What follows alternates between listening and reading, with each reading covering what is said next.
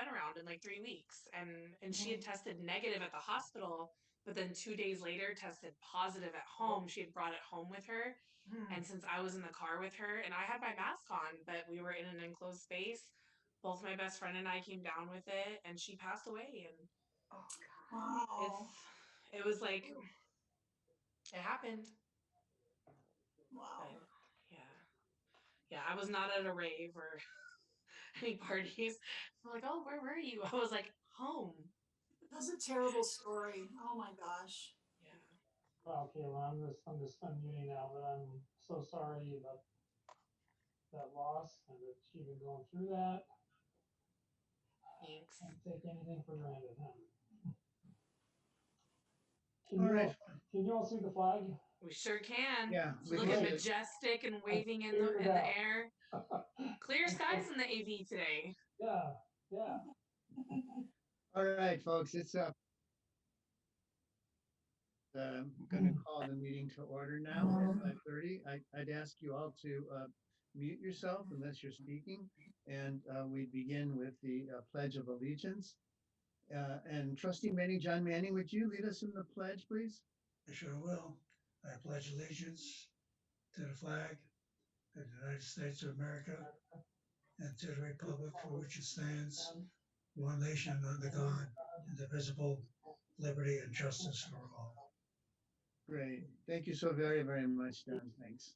And you can take down the flag now, Robert. Yeah, great. Thank you. All right, roll call. Trustee Hinkin here. Trustee David. Present. Trustee Manning. Here. Trustee Morris. Here. And Trustee Radowski Hines. Great. Okay, we're all here. I think you have the minutes of January 13th in front of you. So take a moment to review them. I have just before I come in, they look fine to me. Okay, great.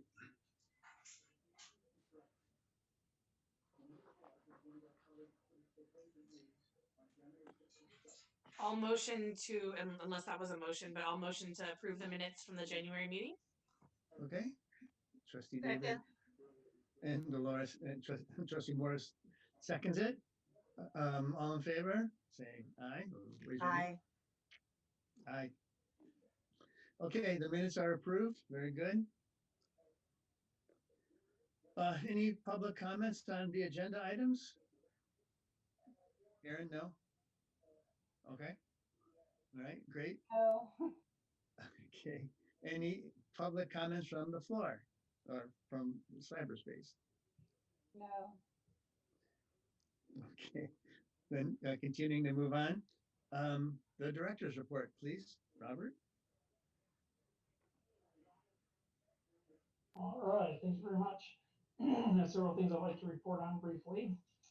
As far as a code update, as pertains to the library, all levels of, excuse me, I got my water closer. All levels of service continue to be maintained and provided to the public as has been done since the pandemic began. There's really no change at this time.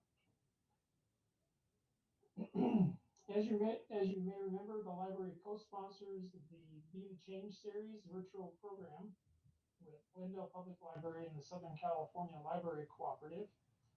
I attended the last program on Thursday, February 4th, and found it to be very informative and professionally presented regarding the very crucial topic of systemic injustice, specifically toward members of the African American community.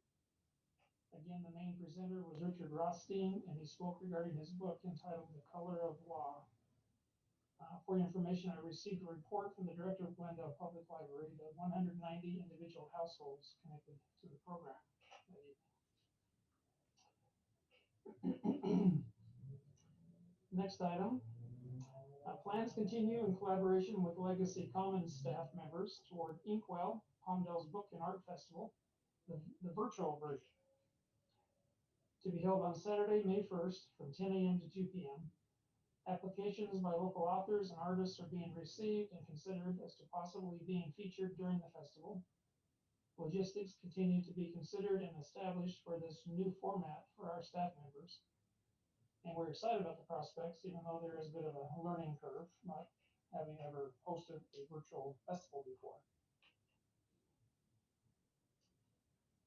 Next item, entries for the library's essay writing contest on the topic of who is your favorite African-American hero and how has she or he influenced your life will continue to be accepted until February 20th. All library trustees, so this is a note to all of you, you are invited to attend the awards ceremony where the winning essay writers will be announced and recognized during a virtual presentation on Wednesday, March 3rd at 7 p.m. on Zoom, on the Zoom channel near you. So you'll get more details later about the Zoom link, but would invite you to attend if you're able to that evening. I will conduct the Zoom session, have some library staff members connecting through Zoom. I'd love to have you there, and I intend to, if you're able to attend, President Hinken, I'll give you a chance to make comments, and any of you will be welcome to make comments if you'd like. We intend to release or publish the winning essays, and we'll let you get copies of those. We'll publish them on our website, and looking forward to that. Real quick question about that, Robert. Will the prizes for the winning participants be at the library for pickup, just like how a book pickup would be? The prizes are going to be the same that we've done in the past. There's going to be cash prizes. Believing that adolescents still appreciate cash. I don't think that's going to change. So they'll be announced that night, and then we'll make arrangements. So we'll encourage them to come to the library by appointment, or if they would like us to mail. I know we're not supposed to mail cash, so I won't confess to doing that, but I'll deliver to their home if they want. But, Okay. Robert, I'm sorry, we're having a little hard time hearing you. I wonder if you could speak closer to the mic. I will try to, and I'll try to speak up. Is that better? A little bit. A little bit, okay. I'll work on my That's good. That's good. my community theater voice. Robert, it just appears that you come in real strong and then you fade back out, but there may not be anything you can do about it. But Okay, well, I can appreciate you letting me know that. I will not look down as much. This is good practice because I do want to be in community theater again post-COVID. So thank you. Thanks for letting me know. I'm happy to announce that thanks to the liaison work of Trustee Manning, I have now had one Zoom meeting and multiple email exchanges with local writer and singer-songwriter Jesse Davidson. We are working together toward piloting what will hopefully become a regular program that will be hosted and sponsored by the library and will be in a virtual format, at least for now. Jesse has multiple connections with community members involved with creative writing and the arts, and he has a passion for giving back to the community and promoting and stimulating creativity to help enrich people's souls. We, meaning Jesse and I, anticipate the first program will be sometime in March, and I look forward to providing more details in the near future. Jesse also writes a weekly column in the AV Press for your information. And again, thank you, Trustee Manning, for introducing me to Jesse Davidson. I've enjoyed getting to know him. And Trustee Manning or anyone would like to make any comments? Yes, he's a 29-year-old young man. He's a bassist, which I've been corrected by him many times. That's not the same as a guitarist that plays bass guitar. He has corrected me on that several times. Anyway, he's a very personable man. He and I'm not sure how we met. I probably communicated him through the AV Press. Anyway, we were talking with Mayor Hoffbauer, J.J. Murphy, and Ambrose before this COVID started, just about a year ago, about setting up a program for the advancement of the arts with the emphasis on local artists. And by artists, I mean that in a more Catholic point of view, and I say that with a small c, meaning painting, music, literature, etc. And then came COVID, and that thing went down the trash with everything else. And then when we started talking about that here in the library, I saw an opening, so I've been in contact with Jesse all along anyway, and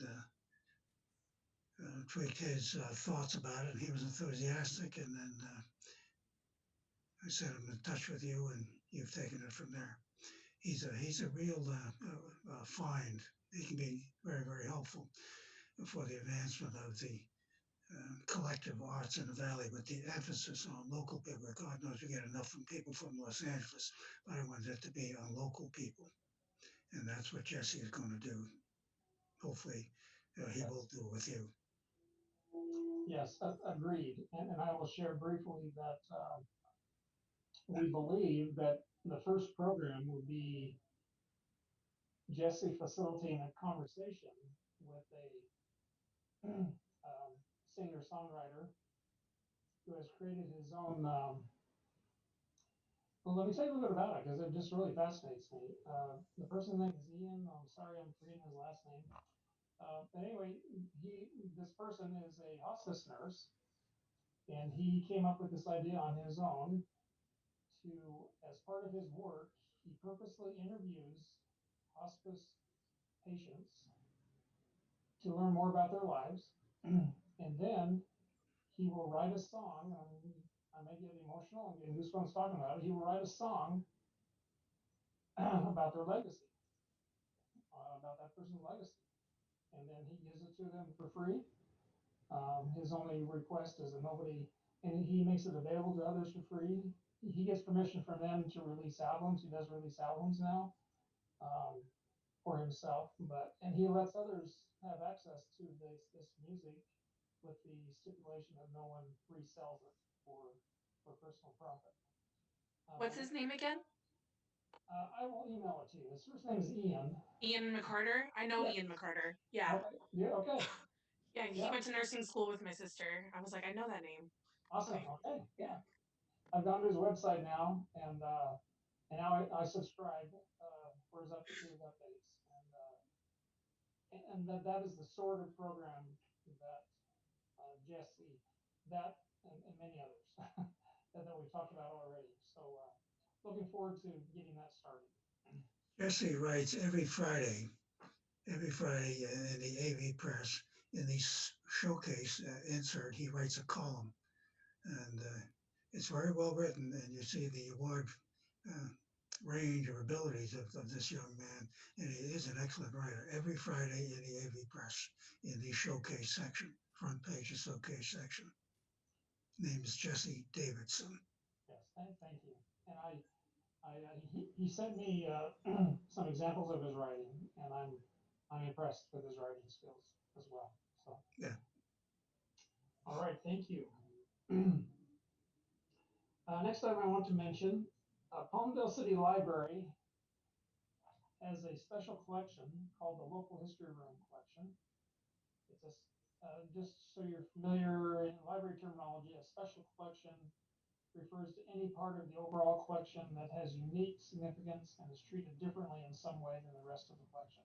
So that's your library jargon info for today.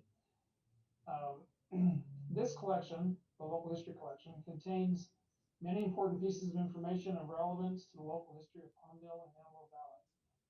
Unfortunately, due to the Great Recession of 2008-09 and budgetary challenges since then, this collection has not received the attention that it needs. One of the first and major things needed in order to properly manage this collection is a policy regarding that specific collection. Specifically, collection development and retention policy for that collection. We have an overall collection development and retention policy, but a special collection needs its own. That applies to its uniqueness and establishes what this collection is and what it is not. In the last several weeks, I've worked with staff to create a draft of such a policy, and I anticipate bringing it to the library board for your first reading of it and consideration in March. So there's a heads up for March, with a request that the board eventually approve a version of this policy to create the foundation for how this collection will be managed now and in the future. So that's a coming attraction, and I'll look forward to your help and feedback regarding that policy. Now, can I tell you a quick story, Robert, Sure. about your historical stuff on the library site? When I was still teaching, I actually used the Palmdale Library site because we were talking about learning local history. And the Palmdale Library site had some great photos and history from the early settling of the area. And so it was I used it in the classroom and would pull that up for the kids. It was fabulous, the stuff that was on the website. And that was years ago. So that's exciting that you're going to have a policy for that and retaining that information because boy, some of those old photos and historical things are awesome to look at and down the road. Yes, thank you for that feedback. And part of the policy really is to officially, just in a few sentences, to give us the official charge uh, to retain it, to maintain it, to catalog it, to preserve it, to make those kinds of decisions. We all want to do these things, but frankly, the first step is to get an official written policy to help give us guidance. Right now, there's some things in there that should not be in there. There's some ashtrays that somebody donated. Nobody wants to throw them away because they don't know whether they should or not. And so there's some things that we should not be keeping. But then there are other things, such as you just mentioned. And by the way, I just learned this by accident because I bank at Wells Fargo. There's a Wells Fargo branch close, what is it, on Palmdale Boulevard in 10th East, I think, that inside of the Wells Fargo building, they have photos that have been like mural size on the walls that come from that collection, from the history of Palmdale. So this collection has really lacked some tender loving care. A lot of it was due to the Great Recession. I know historically that this library actually had a local history librarian on staff, which was great. I'm sure it was. I wasn't here then, but that would be wonderful. Then when the recession hit, there were major cuts, understandably, and so it's never really been addressed since then. We've talked about other things, including possibly hiring a consultant with the city's help to do that. But getting a policy in place is the first step, and we can do that without a consultant. So I will be looking for your help next month to start considering that policy. Okay, and finally, on a personal note, you all know that I've been experiencing some challenges with my mobility. I want to inform you that I am now scheduled for hip surgery on March 29th. Those jazz hands. And I anticipate being away from work for about a month. I will still be in close contact with the library, with the city, with you as board members. You can contact me as needed. I'm just going to be there at home in Tehachapi. That's where my house is. Jamie Lee Beck, Assistant Library Director, will plan to attend the April library board meeting in my absence. Jamie Lee will also attend next month. She'll be a part of the his local history room collection policy discussion, but also just to help tutor up for representing or being here in my place. What are you going to have done, Robert, if I may ask? I'm sorry, what? What are you going to have done, if I may invade your privacy? I'm with Kaiser, so it's going to be a Palmdale regional Is going to be total or partial? total. Total. Yeah. Good luck.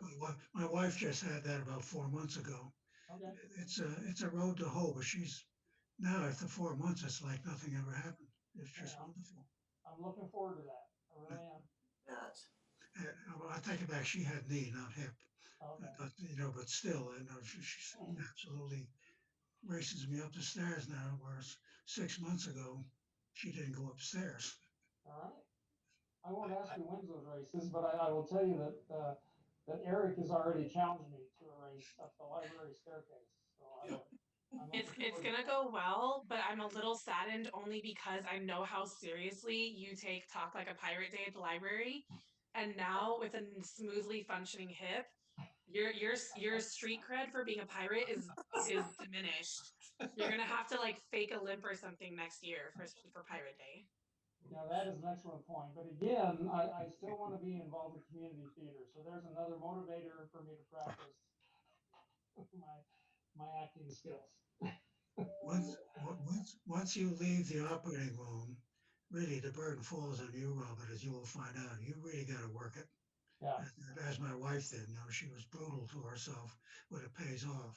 You don't do that, you're going to pay the price for it. So I, even I, though it hurts, you got to get out and do it. I hear that, and I've been through some other surgeries, so I know that's important. That's where the real challenge is.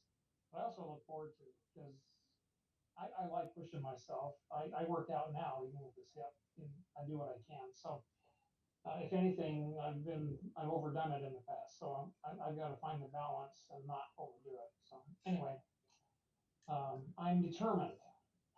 Good, good to hear that. So We'll see what happens when that determination is accompanied by a significant amount of discomfort. yep. Well, I've had a significant amount of discomfort already. So I will take a new version of it. Robert, my friend just had, she had both of her knees replaced, and she was kind of like how you're walking is kind of how she was walking when I last saw her. And Yeah. when she got her knees replaced, before she even left the hospital, she booked her second knee because she said it was so much less pain from what she was already experiencing. So, so hopefully that'll work for you, and some of that pain will get gone. Yeah. Thank you. Thank you. Appreciate that. And that is the end of my director's report. All right, thank you, Robert, and wishing you a quick and complete recovery. Thank you. Any questions about the report, folks? Well, okay, then we're about to begin a pretty important and interesting conversation, and this is how we're going to conduct the conversation tonight, at least. Part one is going to be an opportunity to ask clarifying questions of the staff, Robert and Eric. This isn't the time for expressing our own opinions. We have the report in our hands. It's been in our hands, the report on the fees and the fines policy. We have that report in our hands. We've had it for a month. So hopefully you've read it through, and in a moment, I'll ask if you have any questions for the staff. The second part of the discussion will be expressing our own opinions, what we think of the report, what we think of possible policies might be. And part three, we'll see if we have a consensus on the fine and fee policy. We're going to waive Robert's rules of order for that part of the discussion, so it can be pretty open and free flowing. It's not going to be formal business, but the ideal outcome of the third part would be to give Robert and his staff some direction as to what we would like to see in a resolution.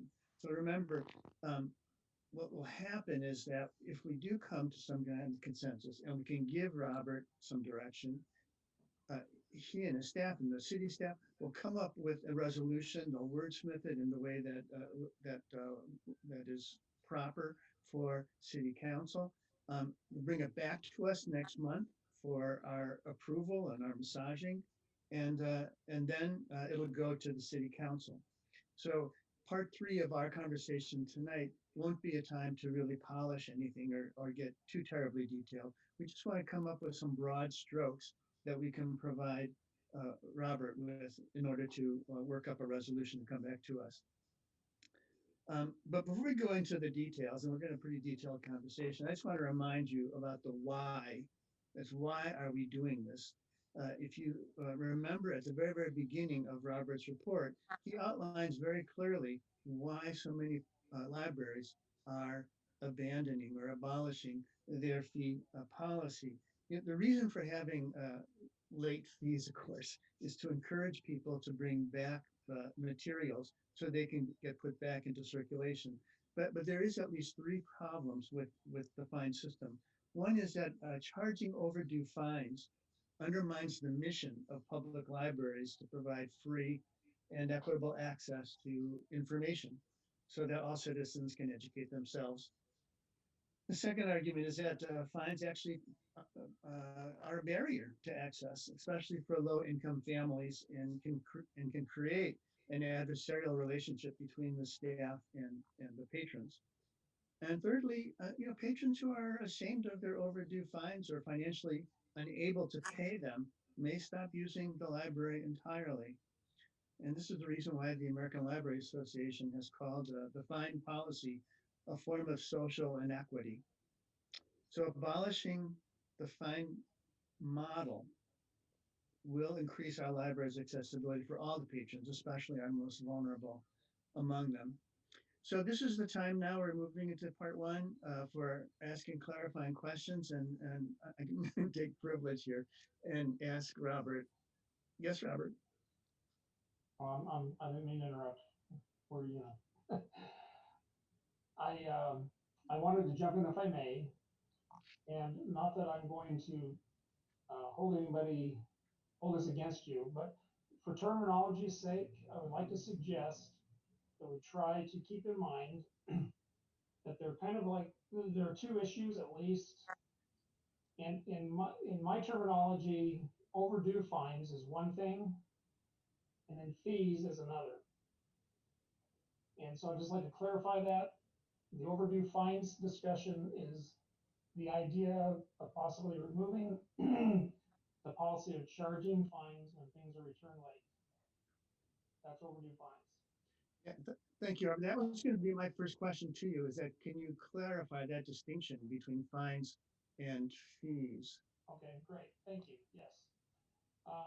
So again, overdue fines, and when I use the word fines, I'm thinking of fines that are charged for things that are returned late. That's all. And then the term fees refers to mainly three fees that are charged patrons. One is the fee for replacing lost or damaged items. The fee, there's a $5 processing fee that's added to the charge for each item that has been lost or damaged. And then there's a $10 collection agency fee that is charged to the patron when a delinquent account is referred to the collection agency. So fees, in my terminology, fees are referring to those things. Fines are referring to things that are returned late. Any questions? These are basically off the table then, correct? We're basically just talking about fines right now. Well, not necessarily. That is up to you as a board. I have an opinion, but I'm not going to voice that right now, because right now that some libraries have done away with fees also, in addition to fines. Okay, thank you. Karen? Thanks.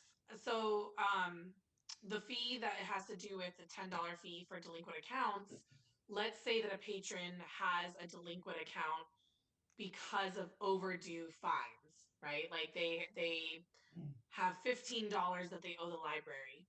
So in the event that we did decide to move forward with that policy suggestion and the city council adopts it and we remove fines from late materials, how would we as a library settle our accounts with collection agencies that are seeking that fee? Does that make sense? Like, would it just be like eradicated? Do we still owe that difference for those people who were in collections? Would those collection accounts be canceled? Like, how would that part of it work? Okay, I think I follow your question, and I'll try to answer it the best that I can.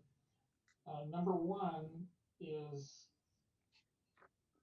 try to remember that patrons are not, under the current policy, patrons are not sent to a collection agency until they reach $50 threshold.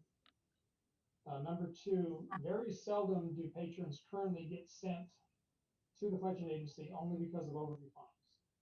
It is possible, but very seldom is that the case. Usually 99% of the time, they only get sent to collections because they have things that have not been returned.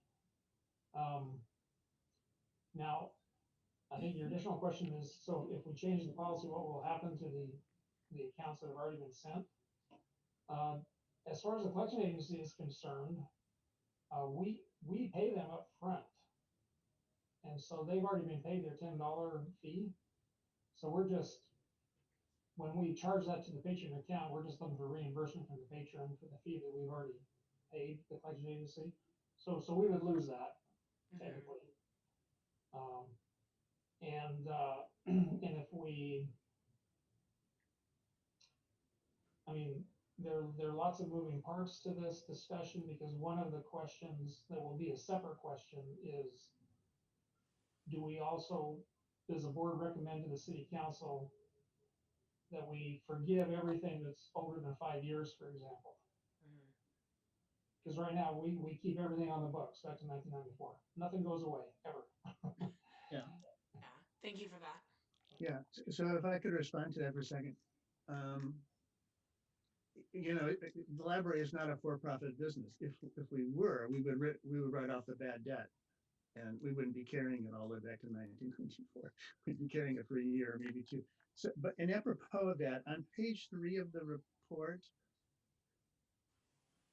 the last boldface section, total fines 2018 to 20. It says total fines accrued 271,409.98. Everyone there? So here's my question. Is that fines or fees or a combination?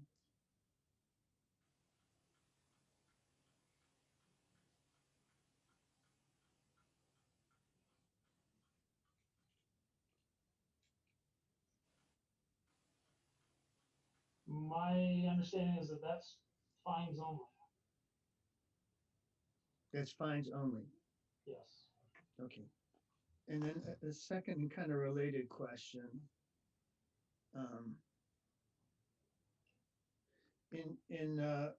I guess that's fiscal 2019. Is the city on a calendar fiscal year? Eric, do you know? It is, okay, great. So in the first section, the locked accounts, it says that replacement fees charged for patrons was $64,000. That's the replacement number. What was the fine number for fiscal 2019? Okay, what page are you looking at now? I'm sorry, I'm on page 4. I'm so sorry. At the very top, it says blocked accounts.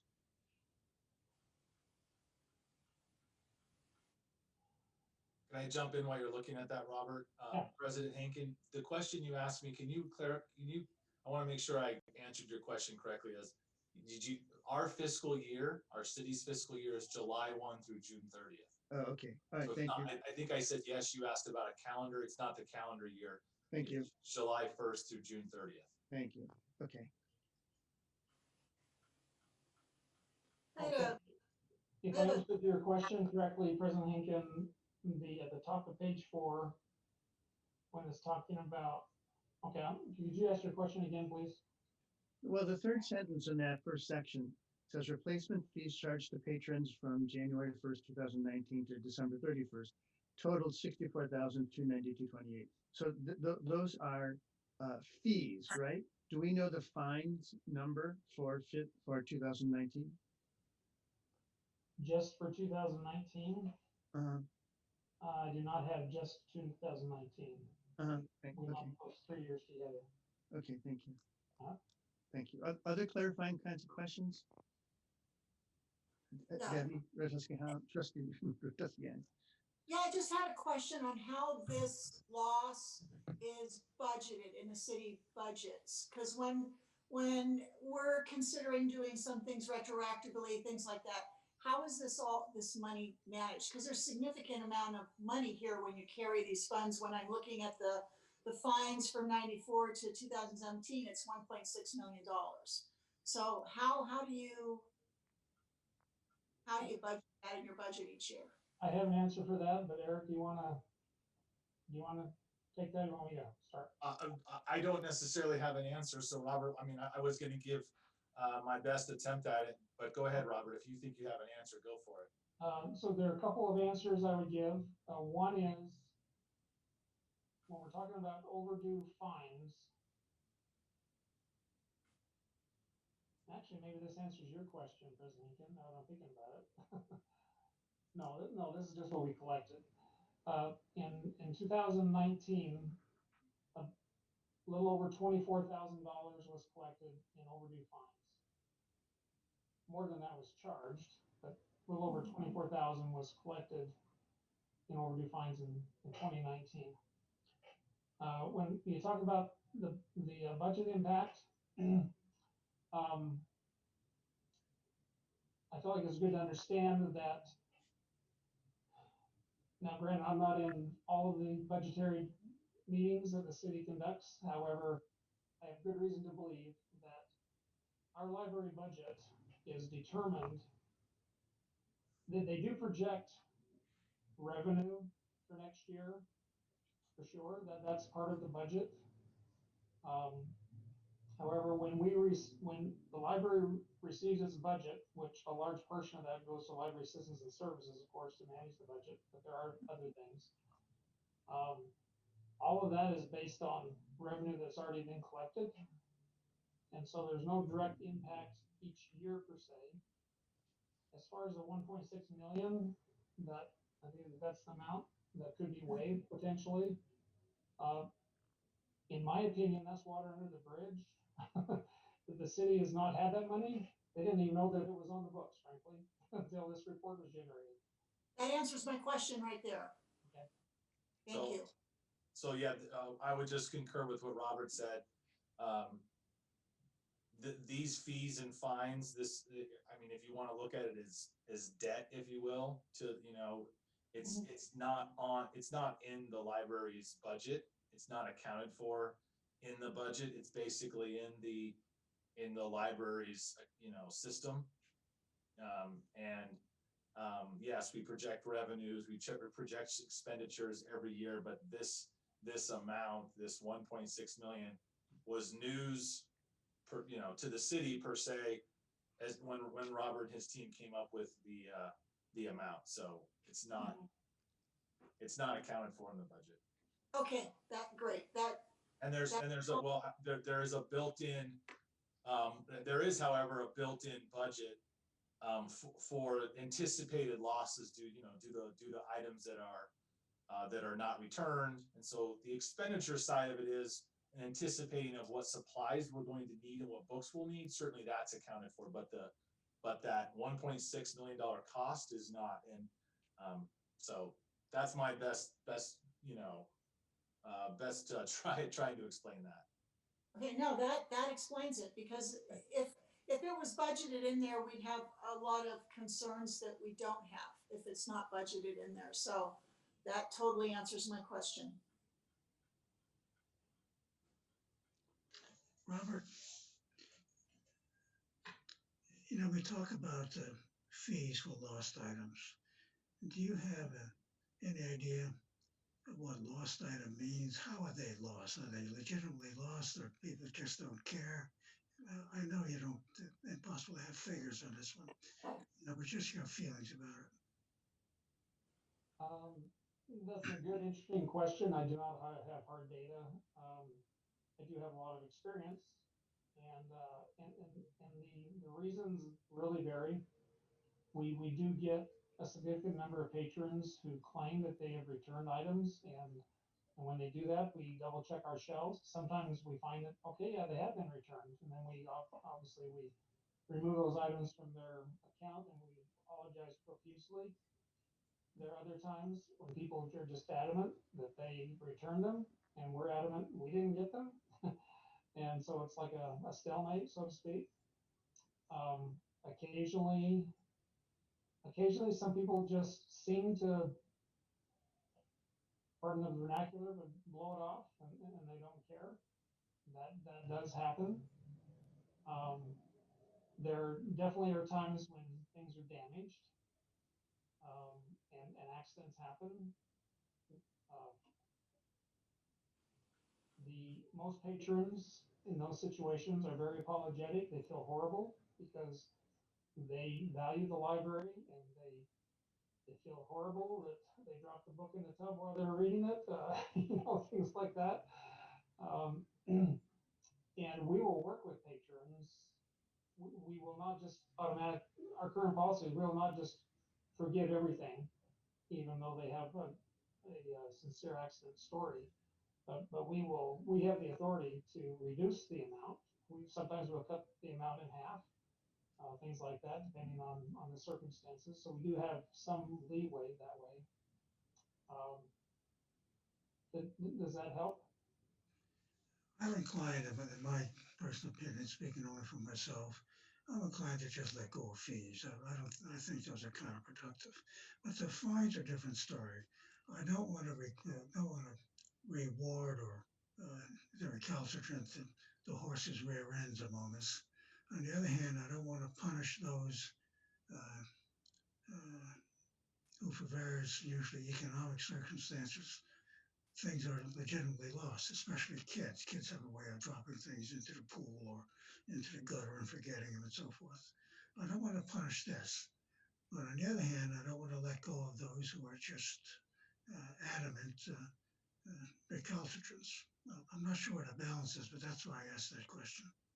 It's a good question, and we're going to come back to that in just one moment. Are there any more clarifying questions before we move into our expression of our own personal thoughts on it? Well, I do have one last one. I'm sorry to do this to you, Robert. But back on page 4, under the fiscal impact statement, the library brought in $25,000 rounding up in fines and fees. Fines and fees. Okay. Um, so I don't know how much of that is fines that the city would quote unquote lose, but I don't know. That's the number we have to work with, right? And you're right. Fines and fees represent 1.7 of the library's overall budget. But the reality is that that money doesn't get credited to the library. At the end, because we don't have $25,000 extra to spend just because that. So it goes into the city's operating funds. Correct. Yeah. So in fiscal 2019, the city's capital and operating budget was 273 million, rounding off. That would mean that the $25,000 represents 0.01% of the city's operating budget, which is, am I reading it right, Robert? That's my clarifying question. Do I understand what the math right? Yes. And I think it's an excellent point. Okay. Wait, now I'm confused because I'm looking where it says fines and fees represent 1.7. So where is the 0.001 again? 1.7 of the library's budget, but it doesn't come back to the library. It's not really in our budget. It's really in the city's budget. Okay. I got it now. Thank you. Yeah, but as Debbie says, 1.7 is more than 0.1% of 271 million. Isn't that what you're saying, Debbie? Well, yeah, that was sort of what I was saying, but I understand that we're dealing with two different pots of money. And I wasn't looking at it at two different pots of money. Yeah, so that $25,000 that gets collected in fines and fees doesn't come into the library's pot. I get it. Yeah, that's correct. The all revenue brought into from the library, it goes into the city's general fund. So which the general fund is not necessarily, I think in your comment or your example, I think you also included CIP projects in the entire city budget, right? Is that yeah. So it's funded from the general fund. So as a reminder, the library's expenditure budget is around, using round numbers, is around $1 million. And the revenue is around 60 to 80,000 dollars, depending on grants and things. So and 24,000 of that, or 25,000 of that is fines and fees that we're talking about. Specifically, it's just an example if you're looking at the library. Okay, thank you, Eric, for that. All right, if there aren't any more clarifying questions, let's move into phase 2. And everyone, take 2 minutes or so, 3 minutes to tell us how you're feeling. Yes, Dolores, see your hand up. But I gotta get unmuted. I did have on the same page, on page 4. I'm under, and it's under blocked accounts.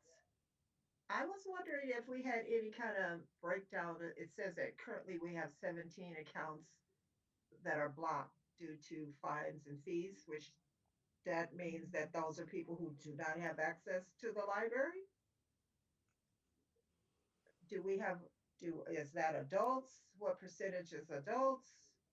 Juveniles? Yeah, I think it's a And good how question. long?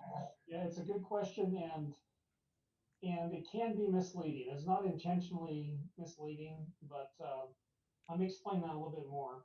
So Okay. that number, 21,280, that represents accounts going back to 1994. Because we don't, right now, we never, if we have a delinquent account, we leave it in the computer system So it's forever. cumulative. Okay. Yes. Now, we do not know, I do not have a breakdown as to whether they're adults or children. So obviously, some of those people may have died. Some of them clearly have moved from the area, but that's the best data we have right now. Is of the, I think we have 56,000 cardholders in the system. Hmm. No, that's Okay. probably not right. Anyway, whatever number we have, of that total number of patron accounts, 17% are blocked, but it goes back to 1994. Okay. Robert, can I jump in real quick and ask a question? Maybe this will help the discussion as well. So we have 21,000 blocked accounts, and you said earlier that 99%, if I'm quoting you correctly, 99% or so are really sent to collections because of fees. Is that what I heard from you? Is that what you said, or just a guesstimate?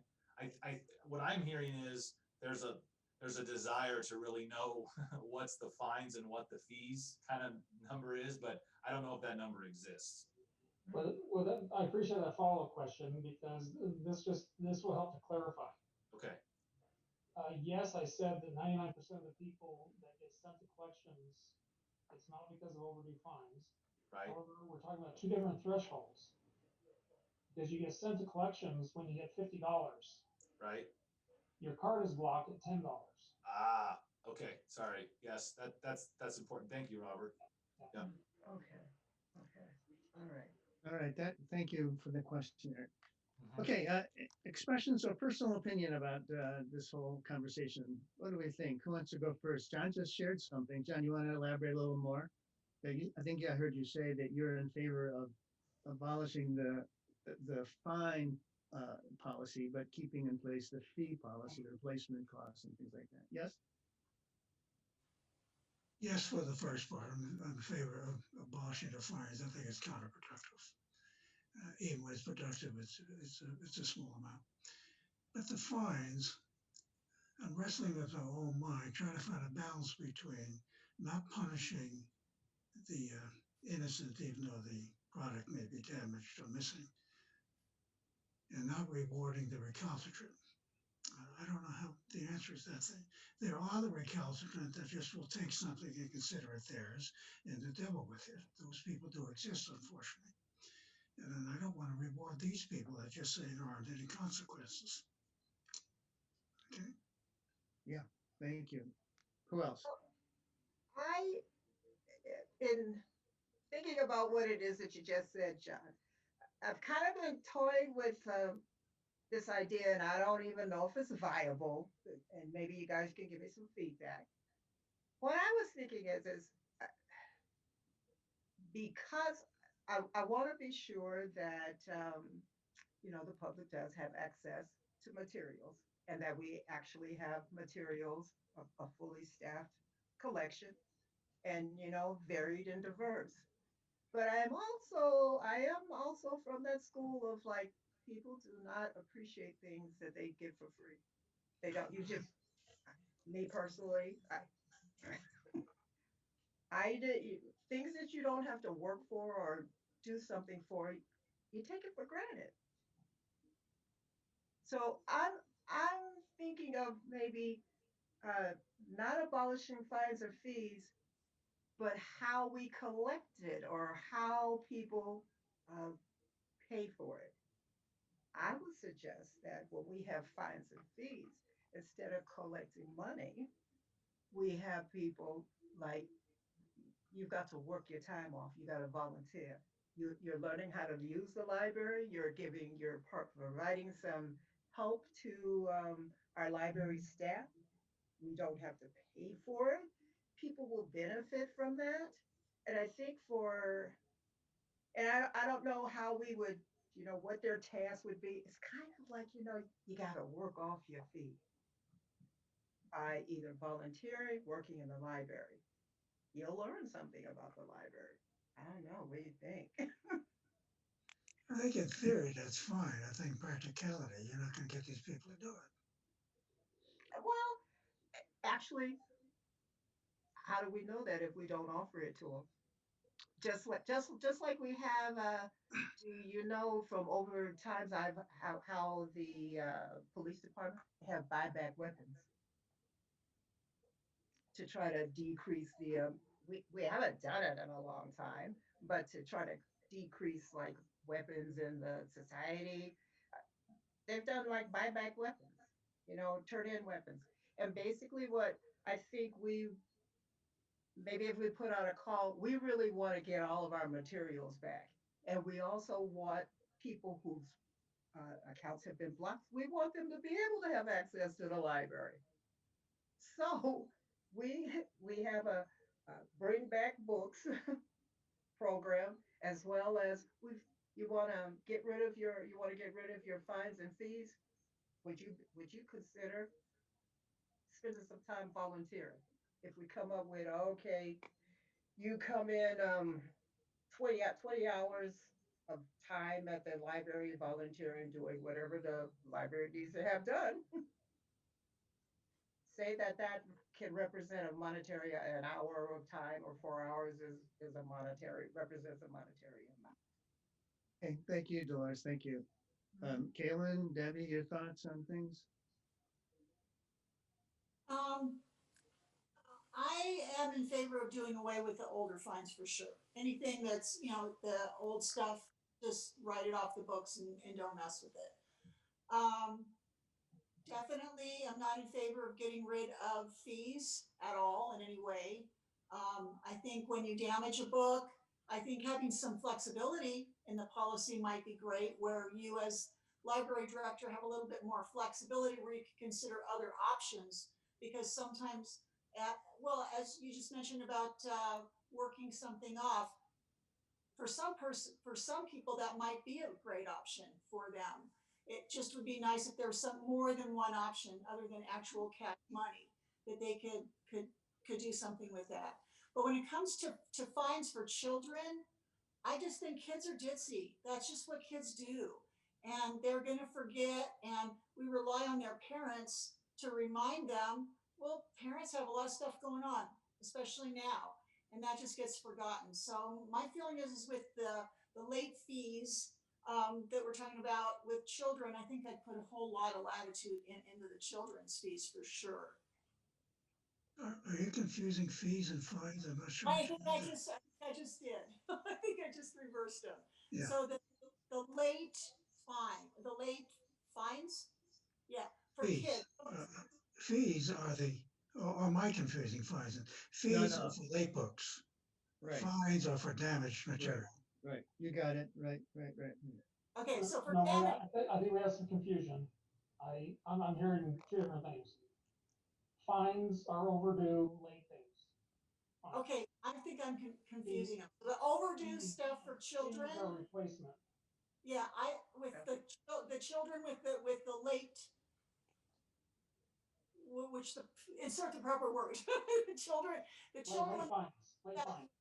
with the fines. Those I believe we should have quite a bit of forgiveness with kids. I agree with that.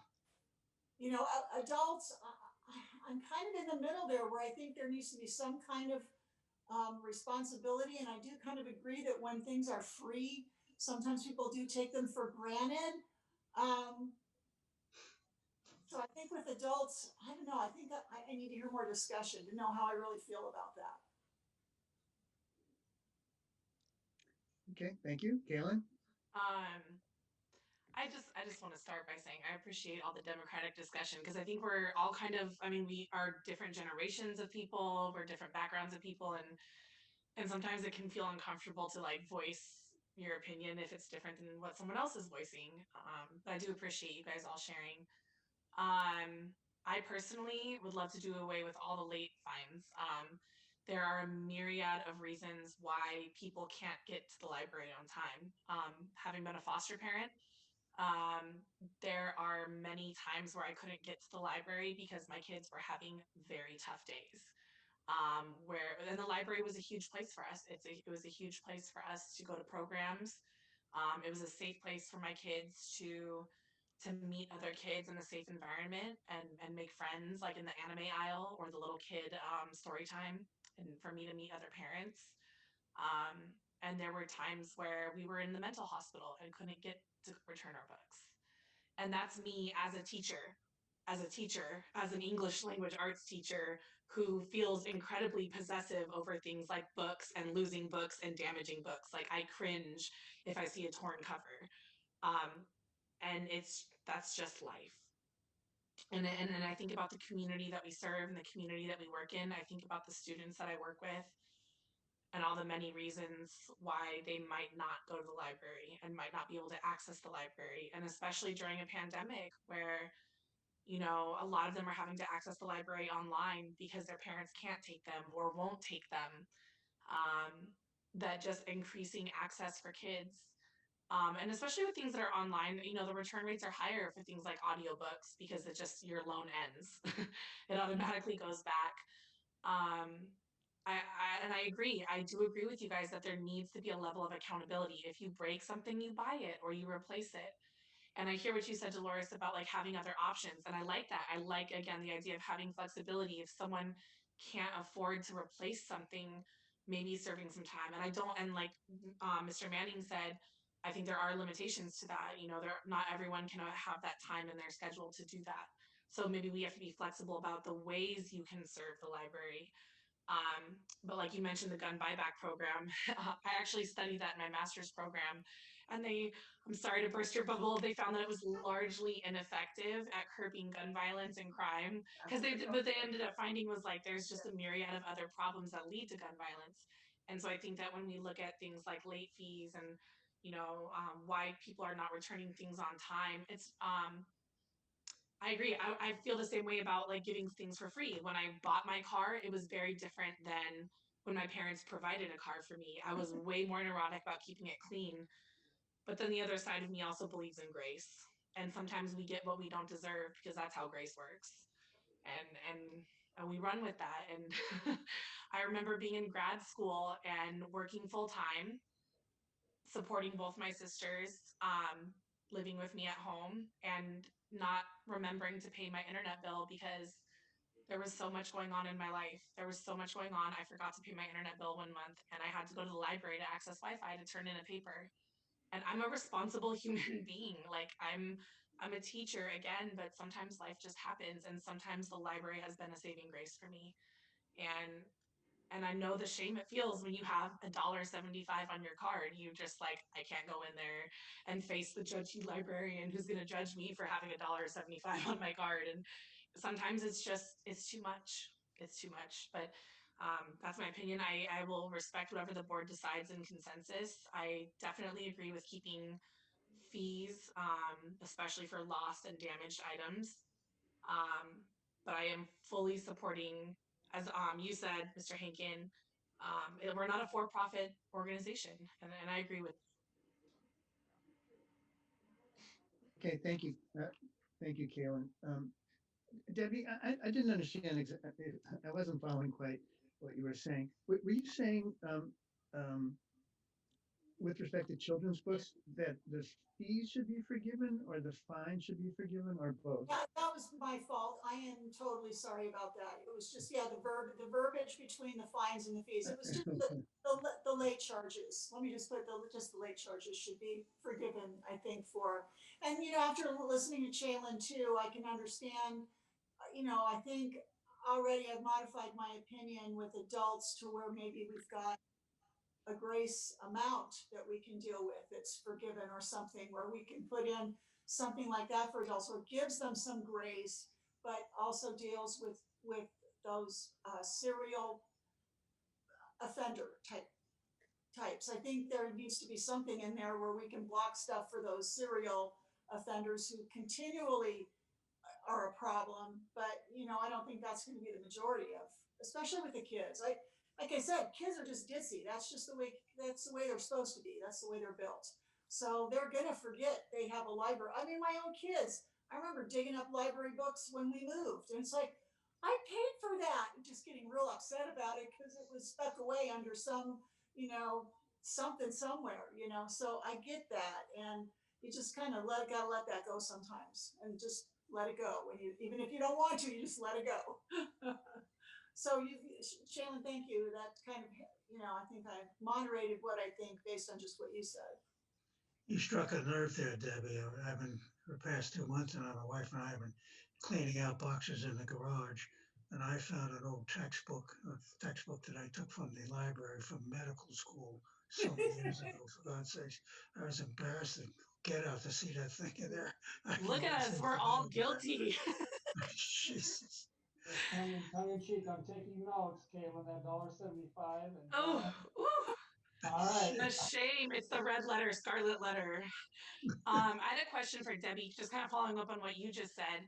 Would you like that grace period to look more like once someone reaches like a certain number, like once y'all reach like $10 in late fees, we're not excusing anything over that? Or would it be more like third time, like strike, you're out, now you owe us? Like, are you thinking more like a timeline or a dollar amount? We're not sure. Thinking more of a dollar amount, and when it reaches that, and I'm not into like, I think it's probably just being all those years in education. I don't believe in just cutting something off. That's when you have a conversation with somebody and say, look, is there a problem why this is happening so often? Because sometimes you might get a really logical answer about why it's a problem, and you're going to forgive it from then on because you just heard a story that makes sense. So that's kind of how I'm looking. I'm more looking at a dollar amount and just not letting things get ridiculously high before there's some kind of conversation. And then there's got to be a point, I think, where you eventually have to say no. I like that, like just in the sense of like if we're thinking about library services and refining how we do things, like if someone comes to the desk and is like, oh, I'm so sorry, these are 5 days late. If they say, hey, did you have a problem getting them back? Was there an issue with the returns? Or if they're just like, no, like I just forgot. Because then if, like you said, if there is like a transportation issue or like, then we think about things like, oh, well, maybe this patron would be a better patron for like our bookmobile services or something like that. Yeah. Well, Okay. I think just bringing the book back is a good thing. I mean, if they're 5 days late and the book's there, I'm for like saying, we're good, at that point. All right, let me weigh in for a minute and then we'll move into the third part and try to formulate some kind of guidelines for Robert to take back and to work into an actual resolution for us to consider next month. But I guess my feeling is along the lines with all of you. I think we should probably leave the fee policy alone. Although how the fee policy intersects with the fine policy, we would have to figure out. But I also feel that we should be waiving the fine policy for all age groups. Because I can make a case for how compelling it is to forgive a late fee for any age group. Clearly, children, we've talked about that. What about teens and young adults? Well, they need the library too. They're users of the library, and we want to certainly encourage them at that really important stage in their life to make use of libraries. Well, okay. Well, what about older young adults? Well, they're in college and they really need access to the library, and we don't want to discourage them from making use of the library. Well, what about middle-aged people? Well, they need the library too. They're mid-career, they may be changing careers, they need the resources of the library to learn how to code computers. I don't know. Well, what about seniors? Well, they need the library all the more, and they have the same kinds of transportation issues and fixed incomes and all kinds of other stuff. So it just seems to me to privilege one age group over any others. It just doesn't fly. So I would like to see the fine policy waived for all age groups, at least for the last, I don't know, 3 years, 5 years, something like that. But to keep the older fines on the books because they're not collectible in any case. Then why That's- keep it in place? Because there's no way to write them off, right? Well, they essentially are written off, for heaven's sake. Actually, that would be a city decision. I'm led to believe that they have a way to write them off. We won't, I mean, in library land, we can just run a program and they'll be gone out of the computer, but we wouldn't do that without the city's approval. But we've been, I think, Eric and I have been given reason to believe this, that the city has a way in their minds that they can do that. I would concur with that. I couldn't tell you how that actually would happen, but I am of the belief that it can happen. And I certainly could look further into that and bring back that information, at least a yes or no kind of type answer. And I'm thinking it's an accounting situation, but I don't know how, but I believe it can happen. Okay, phase 3, how do we provide some guidance for Robert? I feel like I would, before we sent anything to city council, like how you guys said, like possibly draft a policy statement. I would like to look over that just because like all of us could have like some input, give a little feedback, like, oh, I like this word. Oh, I don't know if I like the wording yeah. of that. Yeah, absolutely. Robert and maybe Eric and Carrie will take part in it. But they're going to formulate it into city councilese, and then it'll come back to us, and we'll have a chance to get some input and massage it to wordsmith it at that point. But for right now, what Robert needs from us is to know what it is that we want him to include in the write-up of the resolution. Well, can I ask a clarifying question? Because I don't think we're quite all in the same spot. Am I understanding everybody correctly that when it comes to fines for all age groups, that's kind of where you're leading, is that those should be forgivable? And I just kind of want to know how all the rest of you feel about that. Okay, that's point number 1. What do you think? Yes or no? I was gonna say we could do a little poll on Zoom. Do you guys know how to do that? You could do a poll and then it's anonymous, and you could do. Well, I Or think we we can can. say- I think we can talk out loud about Okay, it. cool. Yeah, and I'm modifying my belief. I mean, you make good points. All of you make good points. So I don't have a problem changing how I feel, because how I feel has changed just based on our conversation so far. All right, so you'd be okay with waiving the fine policy for all age I would groups? be, if that's the consensus of everybody here, yes, I would be okay. Me too. I agree Yeah. with you. Yeah. Okay. Dolores? Fines, we're talking about late. Would it be only if the materials are returned?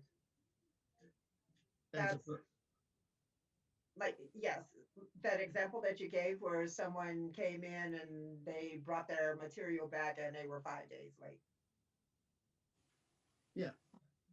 But the material was back. yeah, if I'm still I brought would back, say, right, if wait, they don't bring it back ever, right, would then that it's, would be then like, it okay, switches into a fee. Mhm. yes, I, as long as we have the materials back, I want to be sure that I want to get the material back. Yeah. That, Okay. and then, yes, I would be willing to, like, yes, waive the fees for that late material we have, as long as we have the material back. Okay, thanks. John? In favor of getting rid of the fines. In an answer to what Dolores just said, there comes a point, 6 months, a year perhaps, in which the fines becomes a fee. You really have to consider whether or not the product is destroyed or missing. And at that point, the fine is converted to a fee. But fines per se, without a time limit on it, other than that one, I'm in favor of abolishing completely. Is that clear, Robert? Robert? Yes, what I've written down, so correct me if I'm wrong, but the intent that I'm hearing is that we craft wording for a resolution that would lead to recommending to the city council the elimination of overdue fines for all patron accounts. Okay. Okay. Yeah, with the proviso that at some point that becomes a loss and it converts to a fee. Well, I'm confused too, which is which. No, you said it right, I think. I think you Okay. said it right. Yeah, I mean, Yeah, after it's a in my year, mind, those are two separate questions that we would address if the board wanted to deal with fees. It doesn't sound like any of you are in favor of doing away with fees, or in other words, charging people when things are not returned ever. that's right. I think that is the consensus of the group, that we do not want to really include the fee policy in this resolution. And I personally would agree with that, because I think it's going to be a harder sell to the city council, for no other reason. Well, you're talking about a different level of irresponsibility at that point too. You're dealing with time at that point, and that changes things in my mind. I agree. Okay, good. Any thoughts about how far back the forgiveness of the fines should go? Let me clarify Forever. if I can, because I think the way you worded that, and maybe I'm wrong, but because the way you worded that, President Aiken, is using the word fines. Now, if this first idea were approved by the city, then what I think I'm understanding is that all fines, all overdue fines, past, present, and future, would go away. That's what I think I'm understanding with this concept. The second part of the question is, well, what about fees? and how far back are those forgiven? If at all. Oh, I see. Oh, I see. Okay. All right, and we have, we've just decided, I think we've kind of decided, that we didn't want to really touch the fee policy at this time. Right. Maybe down the road, there'll be another effort resolution, but at this time and in this resolution, we did not want to include it. Correct. Yeah. Okay. All right, good.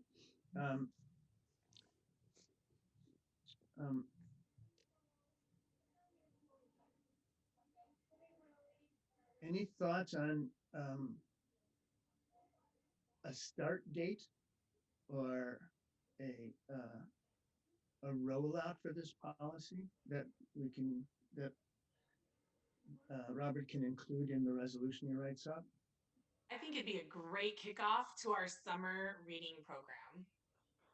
Like, happy summer. Or if possible by the ink. I don't know if it's possible by Inkwell. Probably not by Inkwell, because that would be kind of fun too. And I know that there's talk of schools opening back up.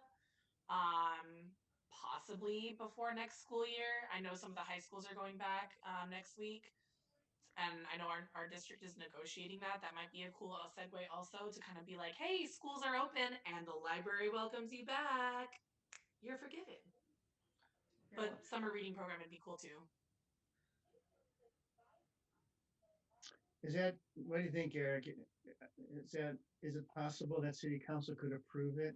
so Right. just as that's a good question. So as a matter of a timeline, let's just, real quick, if we bring, let's just say hypothetically, we would bring this resolution back in the March meeting, and it's quote approved, whatever that resolution looks like. In theory, we'd have to rush it on to the April city council meeting.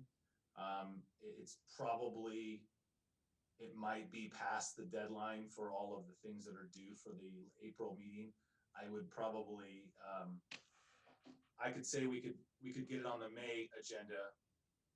That with some level of confidence that we could get it on the May agenda for consideration by the council, which summer reading opens June, Robert. Yes, the first week of June. Don't have an exact date, but So, June. I'm, just talking off the top, that should be able to work, but don't hold me to that necessarily, that timeline, but I think that seems doable at this time. So Robert, to you, is it feasible to roll out a the policy within 30 days of the city council approving it? I'm gonna say yes. As far as the mechanics and logistics behind the scenes, I think we could do it like within a couple of days as far as running the reports in the system to make things go away. Especially if we have a good reason to believe that it's going to happen, then we can ramp up and be prepared to do that relatively short notice. I don't know if there would be a need for marketing much in advance. I mean, it'd be great news after it's passed. And so I think that we could implement it fairly quickly after the city council approved it. I think, Robert, you want the thing written up before 30 days, and that just gives us one meeting to work with it as a council, as a board of trustees. I would like more than one meeting to do it. If you can have it completed by April, I would say. March would be nice, but by April, that gives us 2 or 3 meetings to kick it around. That's a, Well, I guess my feeling is that it would be cool to roll it out by summertime, and that may be aspirational. And that would be a terrific goal, but I'd like us to do it right rather than do it fast. Yeah, I Yeah. agree. And I almost wonder too, if we did want to get the timeline rolling on it, like we don't have to wait till the next meeting. If there's something ready before then, especially before Robert goes out on medical leave, we could hold a special meeting. We have the powers to do that. We would just have to, follow the rules of calling a special meeting. We could have a special meeting with just this on the agenda, not do the whole shebang and just kind of hash it out and have an extra work sesh. I mean, I don't know what your guys' schedule looks like, but I'd be down to have a special meeting. I don't have a problem with that either. My calendar is completely open. Lucky. That is true. The only requirement is we have to post 72 hours in advance. But Yes. Okay. Robert, do you need anything else from us? Do you have enough to go on now? I think the only lingering question in my mind is if the library board has a recommendation that you would like us to include in a separate resolution, probably, as far as recommending that the city write off all fees and fines from a certain time period back. Say 5 years, so we're in 2021, from anything prior to 2016, that the city writes it off. If you as a library board would like to make that recommendation, I think, I'm gonna give a personal opinion, I think that would be a good new practice. Okay, folks, how do you feel about that? I like it. It would be just prior to, so 2016 and prior. So basically the last 5 years, if you owe something, you still owe. Yes, and let me add that, What if someone brings it back? we'll take items. Fine, and it's fine again. So they would be good. Let me add that I would like to suggest that included in that resolution is that this become an ongoing practice, a rolling forward practice or policy. Every year, another, You write off. I said, so rolling Forgive forward, another. 5-year period that we keep things on the books. Anything older into perpetuity, anything older than 5 years would be written off. That sounds good. I like that. Yeah. I like it, Yeah. and I'm still gonna push the lever a little bit.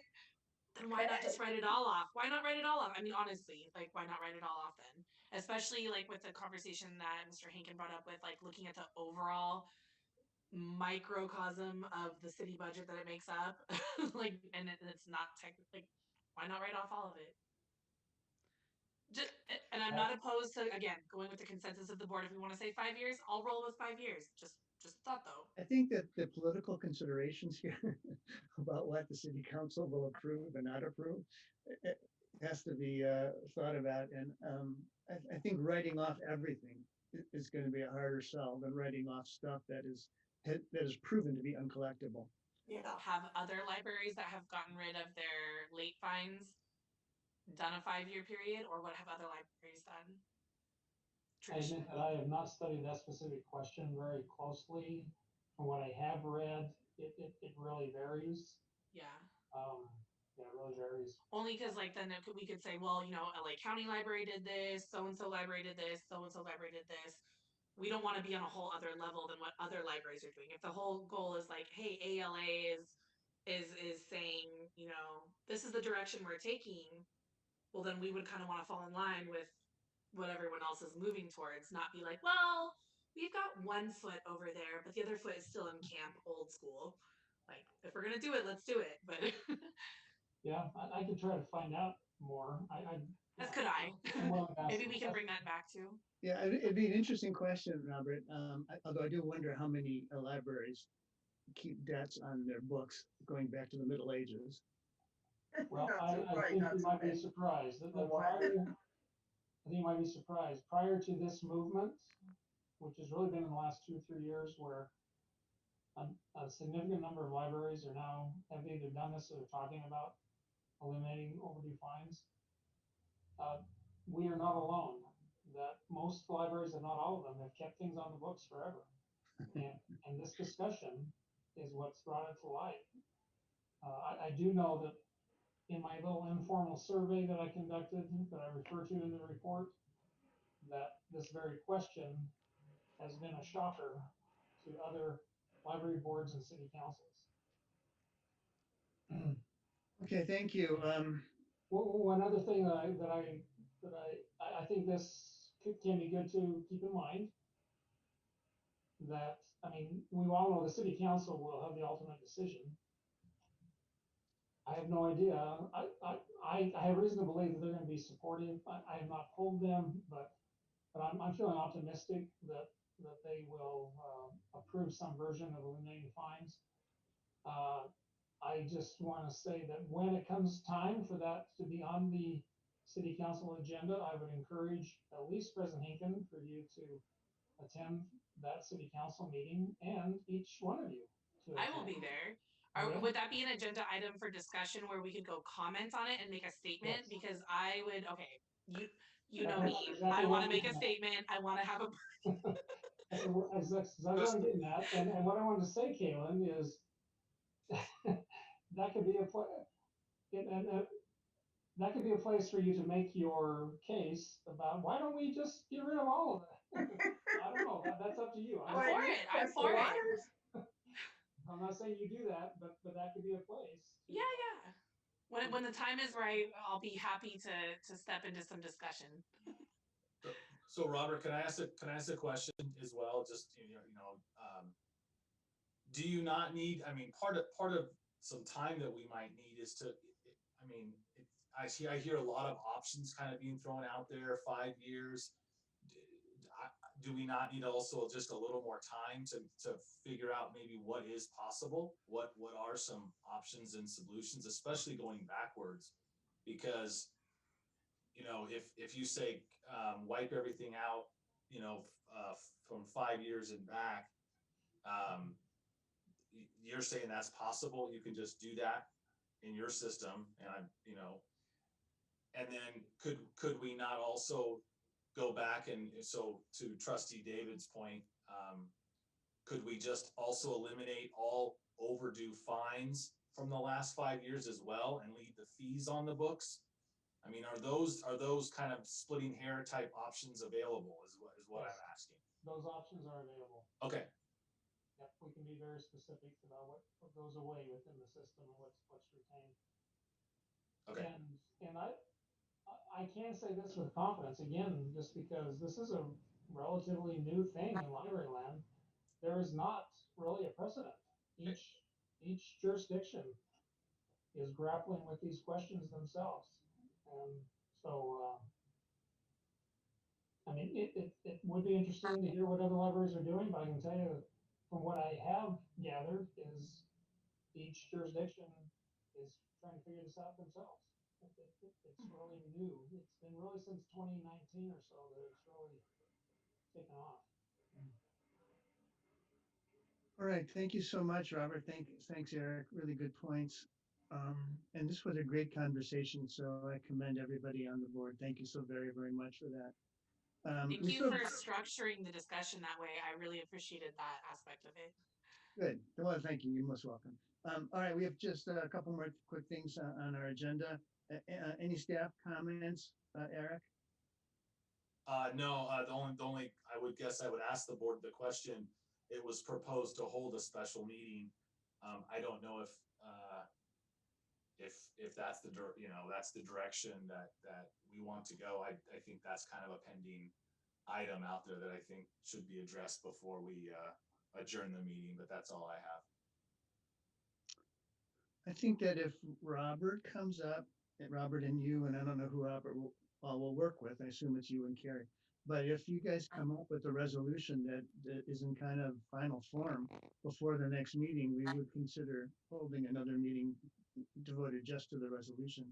Okay, sounds good. Thank you. Okay, any trustee comments unrelated to the fee policy and the fine policy?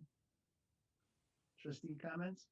Just wanted to say thanks to Robert for extending that invite to the Glendale program. I don't know if any of you guys attended. I attended, as well as some friends of mine, and it was an amazing program. Wow, I was tickled. It was a great program, and I was really glad to just see the library offer that and partner with another library. That was really cool. And just talk about issues that affect us here in LA County. The speakers were great. The information was great. I've just been thinking about it all week. So thank you for that opportunity. Thank you, Kaylin. All right. Last call for trustee comments. All right, then we're going to adjourn. It's 6:56, I believe. And thank you all for staying on a long meeting, but a good meeting and great discussion. Thank you so very much. Absolutely, I thank you as well.